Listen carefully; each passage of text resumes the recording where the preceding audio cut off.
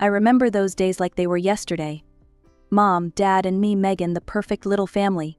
We weren't rich or famous, just ordinary folks living our best life. Dad worked as an accountant, always buried in numbers, but he'd light up when he got home. Mom was a teacher, spreading knowledge and kindness wherever she went.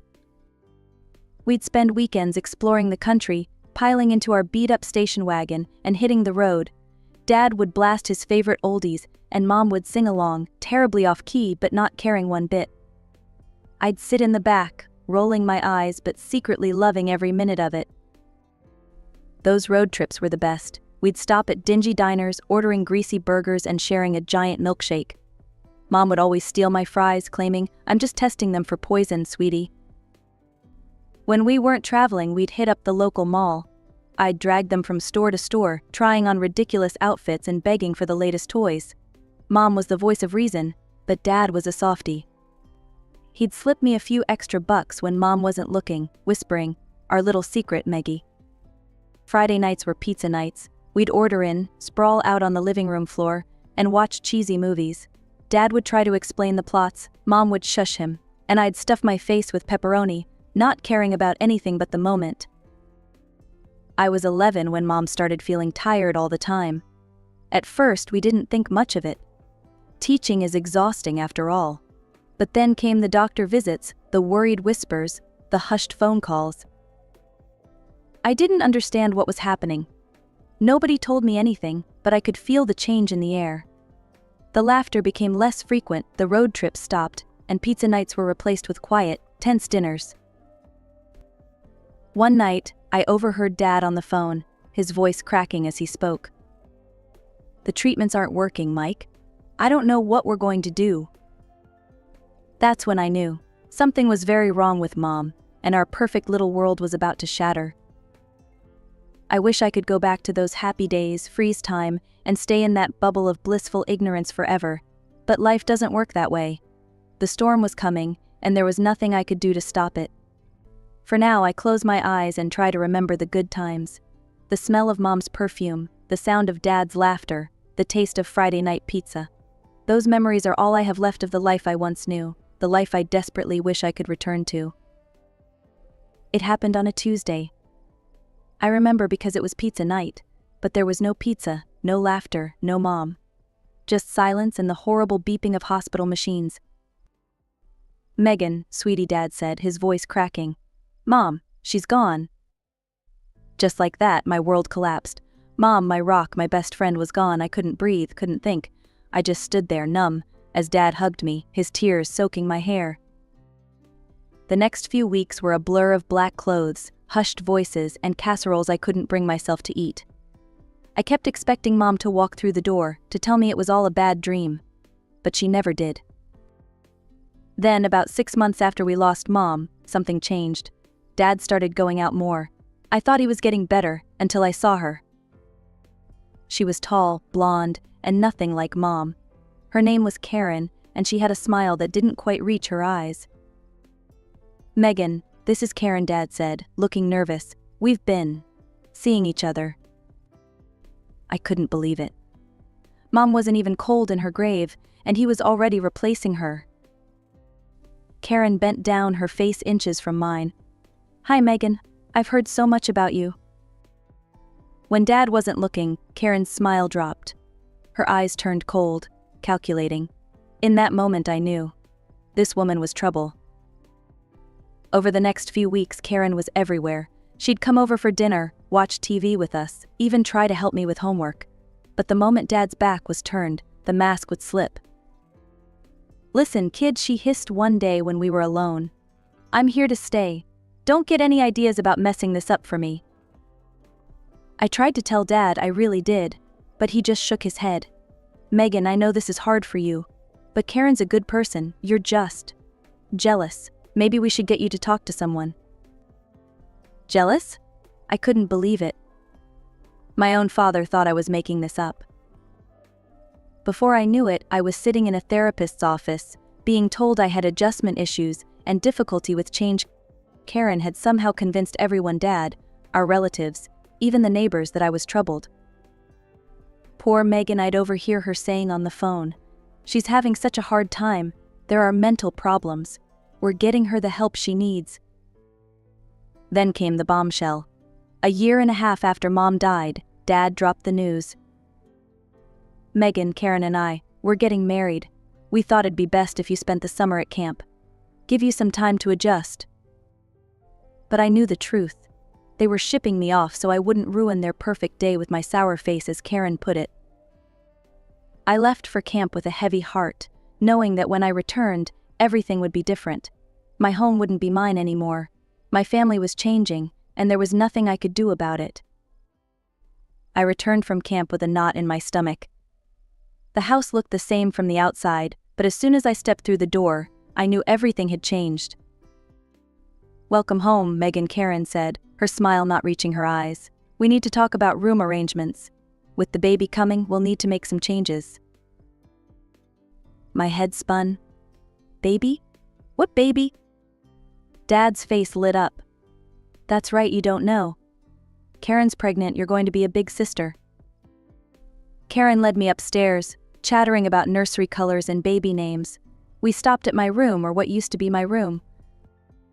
"We've started converting this into the nursery," Karen said, pushing open the door. My heart sank. My posters were gone, replaced by pastel wallpaper. My desk had vanished, a crib standing in its place. "Where's my stuff?" I managed to choke out. Karen waved dismissively. "Oh, we moved you to the guest room. It's cozier anyway." The guest room was barely bigger than a closet. My things were piled haphazardly on the bed, some boxes still sealed. "This is temporary, right?" I asked, looking at Dad. He wouldn't meet my eyes. "Well, Meggie, with the new baby." I got the message. I was being pushed out, replaced. The next few months were a blur of doctor's appointments, baby showers, and me trying to make myself as small as possible. Karen's belly grew, and with it, her control over our lives. Then, one crisp fall morning, my little brother was born. Despite everything, when I held him for the first time, I felt a surge of love. For a moment I thought maybe things would get better. But Karen had other plans.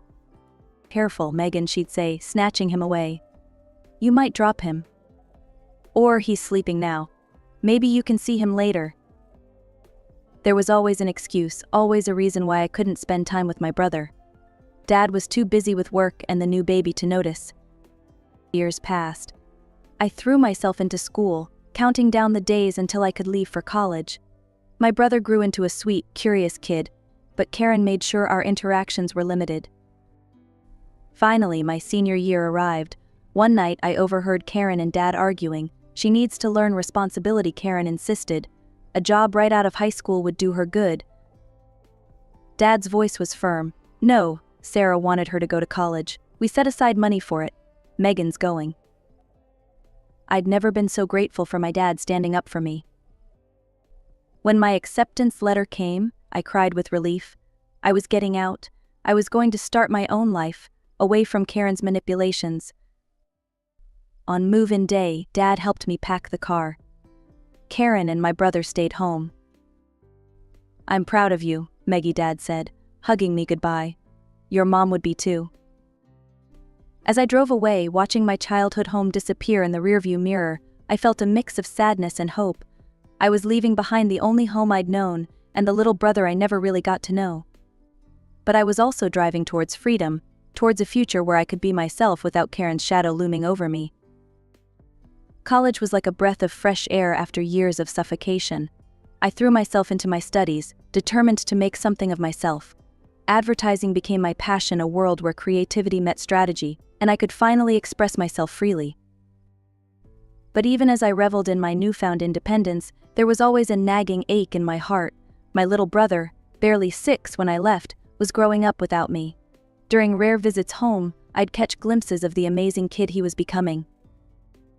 "Megan, look what I drew," he'd exclaim, showing me his latest masterpiece. I'd ruffle his hair, cherishing these brief moments. "It's awesome, buddy, you're quite the artist." Karen would inevitably interrupt, whisking him away for some urgent task or another. The distance between us grew with each passing year. Graduation day arrived, a bittersweet triumph. As I stood in my cap and gown scanning the crowd, I realized Dad and Karen weren't there. Later, a terse text arrived: "Congratulations on graduating. Dad, Karen." It stung, but I refused to let it dampen my spirits. I had a future to build. Thanks to my internships and portfolio, I landed a job at a hip advertising agency in the city. Grandma Mom's mom and my guardian angel helped me secure a tiny but cozy apartment. "Your mother would be so proud," she said, pressing a check into my hand. "This is for rent. She always wanted you to have a good start." Life settled into a comfortable rhythm. Work was challenging but rewarding. I made friends, went on dates, and slowly began to heal from the wounds of my past. For 3 years I lived in relative peace, with only occasional, awkward holiday visits to break the calm. Then, out of the blue, my phone rang. Dad's name flashed on the screen. "Megan, it's Dad. I have some news. We've sold the house and bought a new place, bigger, more modern. I was hoping. Well, would you help us move? It might be a good chance for us to reconnect." I was speechless. After years of distance, this sudden olive branch felt surreal. "Karen would be happy to see you too," he added, though I doubted that. "And your brother? Megan, he's 12 now. He asks about you all the time." I closed my eyes, weighing my options. Part of me wanted to refuse, to protect myself from more hurt. But another part, the part that still missed my family, that longed for reconciliation, won out. "Okay," I said finally. "I'll come." Great Dad's relief was palpable. "I'll text you the address. See you this weekend." As I packed a bag for the weekend, my emotions swirled. Hope mingled with anxiety, excitement with dread. Whatever happened, this visit would change everything. I just didn't know if it would be for better or worse. I pulled up to the address, my jaw dropping at the sight. The house was enormous, all sleek lines and modern architecture. It looked nothing like the cozy home I grew up in. Taking a deep breath, I walked to the front door and rang the bell. Dad opened it, a hesitant smile on his face. "Meggie, you made it." "Hi, Dad," I said, stepping inside. Karen appeared behind him, her smile as plastic as ever. "Megan, how? Nice of you to come," she said, her tone suggesting anything but. I looked around, expecting to see my brother. "Where's—" "Oh, he's staying with my parents for the weekend," Karen cut in smoothly. "We thought it would be easier to move without him underfoot." The look in her eyes told me everything. This was deliberate. She'd made sure my brother wouldn't be here, denying me even this small chance to reconnect with him. Swallowing my disappointment and anger, I forced a smile. "So where do you want me to start?" For the next few hours, I threw myself into the work. I scrubbed floors, arranged furniture, and hung curtains. It was easier than trying to make conversation with Dad or enduring Karen's false pleasantries.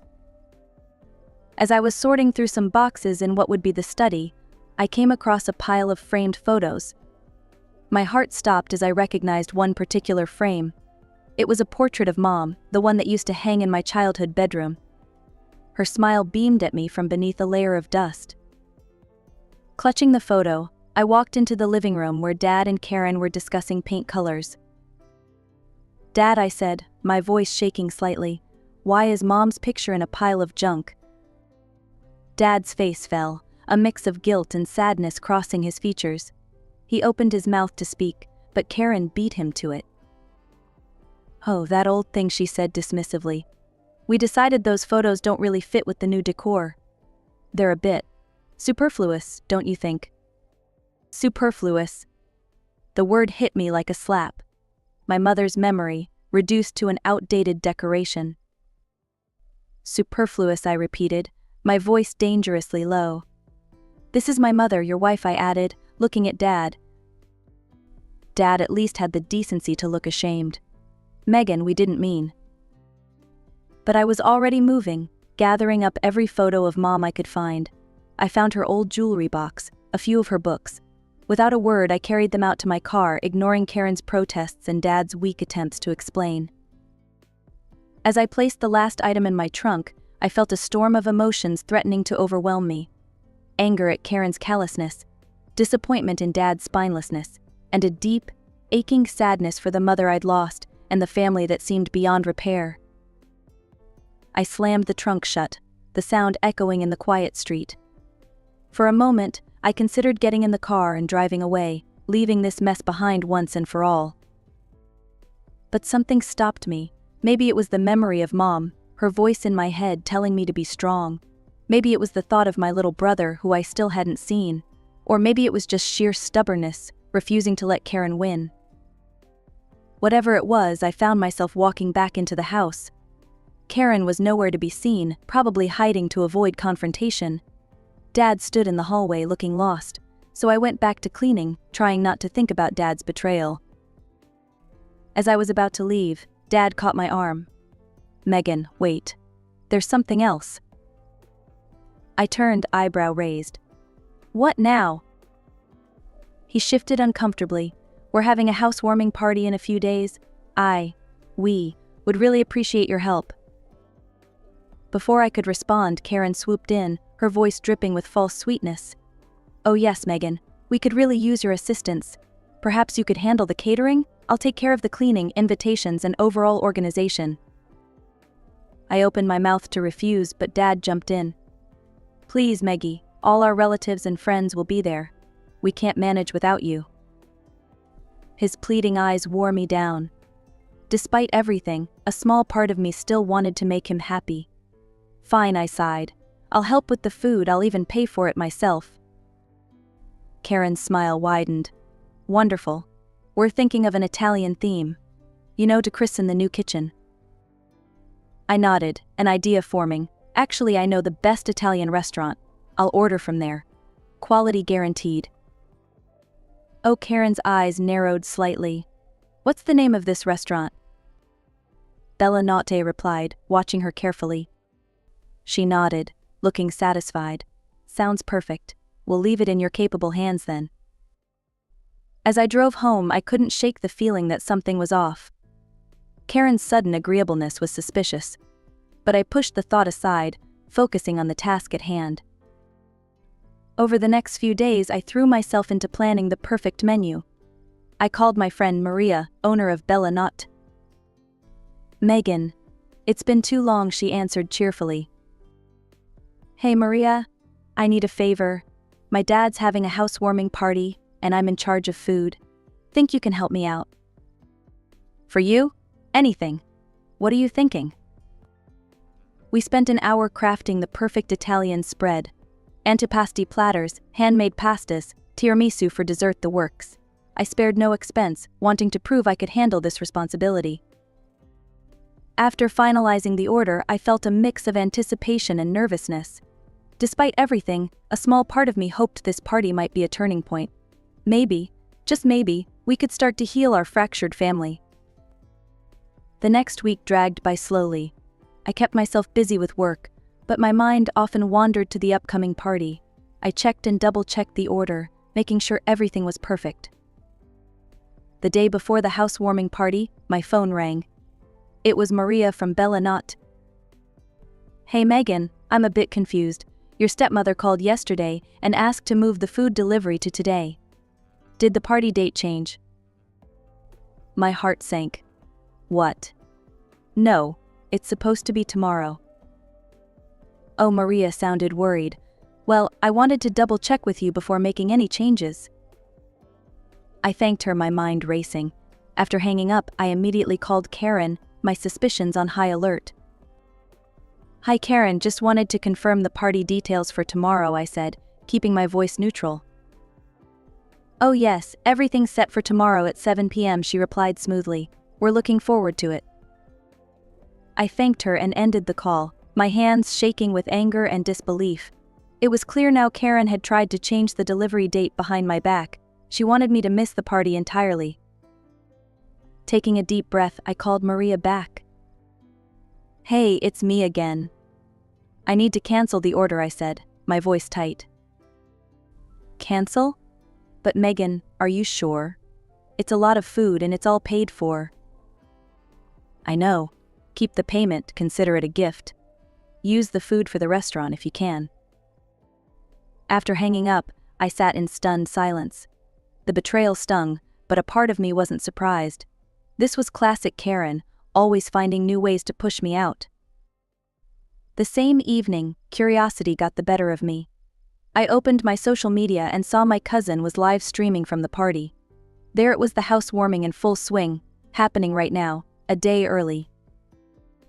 I watched, a mix of hurt and anger building inside me, as Karen showed off the new house. She preened for the camera, pointing out design features and accepting compliments from guests. Suddenly a voice off camera asked, "Where's Megan? I thought she'd be here." Karen's face changed, a look of false concern replacing her smile. "Oh, you know Megan, she's always been a bit unsociable. Some mental health issues, poor dear. She said she couldn't make it." I felt like I'd been punched in the gut. Mental health issues? Unsociable? The lies flowed so easily from her lips. Karen quickly changed the subject, steering the conversation back to the house. "Now, who's ready for some amazing Italian food? It should be here any minute." The guests cheered, and Karen beamed at the camera. Half an hour passed, and I could see the guests starting to look restless. Karen's smile became strained as she kept assuring everyone the food would arrive any minute now. I couldn't tear my eyes away from the live stream. Karen's perfectly crafted facade was crumbling before my eyes. Her smile had become a grimace as she dialed the restaurant's number, the speakerphone amplifying every word for the gathered guests. "Hello, Bellanot. This is Karen. Where is our food order?" The response was clear and devastating. "I'm sorry, Mom, but that order was cancelled earlier today by Megan. There won't be any delivery." Karen's face contorted with rage. "What? That little John," she shrieked, turning to my father. "Call Megan right now." Dad, looking flustered, pulled out his phone. I watched, heart pounding, as he dialed my number. When I answered, his voice boomed through the speakerphone. "Megan, how could you cancel the food order? You've ruined everything." Taking a deep breath, I replied calmly, "Dad, why did you change the date of the housewarming? Why wasn't I invited?" The room fell silent. Dad's face paled as he stammered, "We," Karen said. Murmurs rippled through the crowd. Guests exchanged meaningful glances, eyeing Karen and Dad with suspicion. Suddenly Karen snatched the phone from Dad's hand. "You ungrateful brat," she screeched. "After everything we've done for you, you're trying to sabotage us, aren't you?" I let her rant for a moment before speaking, my voice steady and clear. "I think everyone can see now who really has mental health issues in this family. And it's not me." Karen's hysterical shouting filled the room, but I could see the damage was done. Guests were backing away, some already heading for the door. "I'm done being your scapegoat, Karen," I said firmly. "And Dad, I'm done watching you choose her over your own daughter. Goodbye." I ended the call and closed the live stream, my hands shaking but my resolve strong. It was over. The lies, the manipulation, all of it laid bare for everyone to see. In the days that followed, I ignored the barrage of calls and messages from Dad and other family members. I needed time to process, to heal. A week later, Dad showed up at my apartment. He looked haggard, his eyes red-rimmed. "Megan, I'm so sorry," he began. "I've been blind. I let Karen control everything, and I lost sight of what really matters. Please, give me a chance to make things right." I wanted to slam the door in his face, but something in his expression stopped me. "It's not that simple, Dad. You abandoned me. You forgot about me." "I know," he said, his voice breaking. "But I want to change. I promise I'll do better. Please, Meggie." Slowly, cautiously, we began to rebuild our relationship. Dad started calling regularly, and we met for coffee every week. He even brought my little brother along sometimes, away from Karen's watchful eye. As for Karen, I heard through the grapevine that she'd become something of a pariah among the family. Her lies exposed, she retreated into a shell of bitterness. Months passed, and life settled into a new rhythm. I threw myself into my career, climbing the ranks at the advertising agency. My creativity flourished, fueled by the emotional turmoil I'd endured. I don't know what the future holds for my family. The wounds are deep, and healing takes time. But for the first time in years, I feel hopeful. I'm living life on my terms, pursuing my passions and slowly, carefully, allowing love back into my heart. As I look out at the city lights from my apartment window, I can almost hear Mom's voice. "You're stronger than you know," Maggie she used to say. And you know what? She was right.